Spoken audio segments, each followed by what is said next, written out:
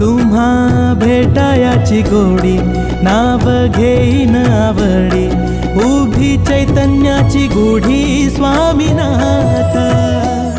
टाळ्या वाजून स्वागत करूया नलावडे फॅमिलीचं। तुमच्या राधेनं काय केलंय माहितीये का? ती संपूर्ण जिल्ह्यात प्रथम आणि मुलींच्या विभागातही प्रथम आली आहे। अरे स्वामी असला कुटाणा करायला येतो का इथं? मग उद्या स्वामींची पूजा करू नको म्हणजे? कमळ नेहमी चिखलात उगवतं, पण त्या कमळाला कधी पाण्याची खताची संगोपनाची गरज नसते। जे स्वामींच्या मनात आहे ते समजायला उशीर लागल बाळा। स्वामींचा आदेश मानून जगायला शिक।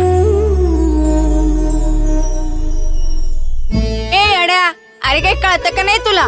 प्रपोज केल्यापासून 5 वर्ष झाली वाट बघतोय। पोरीचे लग्न लावून द्या म्हणाव। कुठल्या काकूबाईच्या प्रेमात पडलायस रे तू?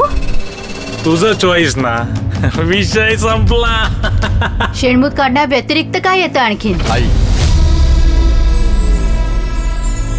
सकाळी सकाळी बायकोच्या हातचा नाश्ता। आजच नाही आता रोजच। चेहरा बघितला ना कसा गरिबीचं लॅमिनेशन केल्यासारखं आहे? असा चेहरा बघितला ना की कुणालाही किव येईल। अवकाळी पाऊस नाचून गेला मुर्दा। आणि त्यांचं घर पडले त्यांचं ते बघून घेतील ना। आणि आता ह्यांनी पैसे मागितलेत घर पडले म्हणून। उद्या मला घर बांधून द्या म्हणून मागे लागले नाही म्हणजे मिळवलं। ताई मी आलोय, तुझा स्वामी।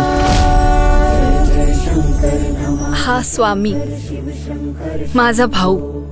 घरात माणसं किती नांदतात त्यापेक्षा ती किती आपलेपणाने वागतात ही त्या घरची संपत्ती असते, ज्याला आपण वैभव म्हणतो। फसले मी या घरात येऊन। तुमचे मिस्टर रसपानाची तुम्हाशी कविते रीत नजरेतुनी।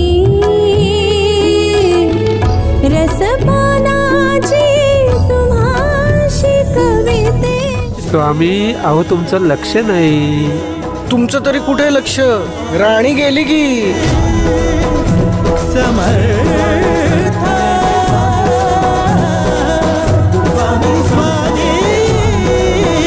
स्वामी आहेत इथं तिथं कायम पाठीशी।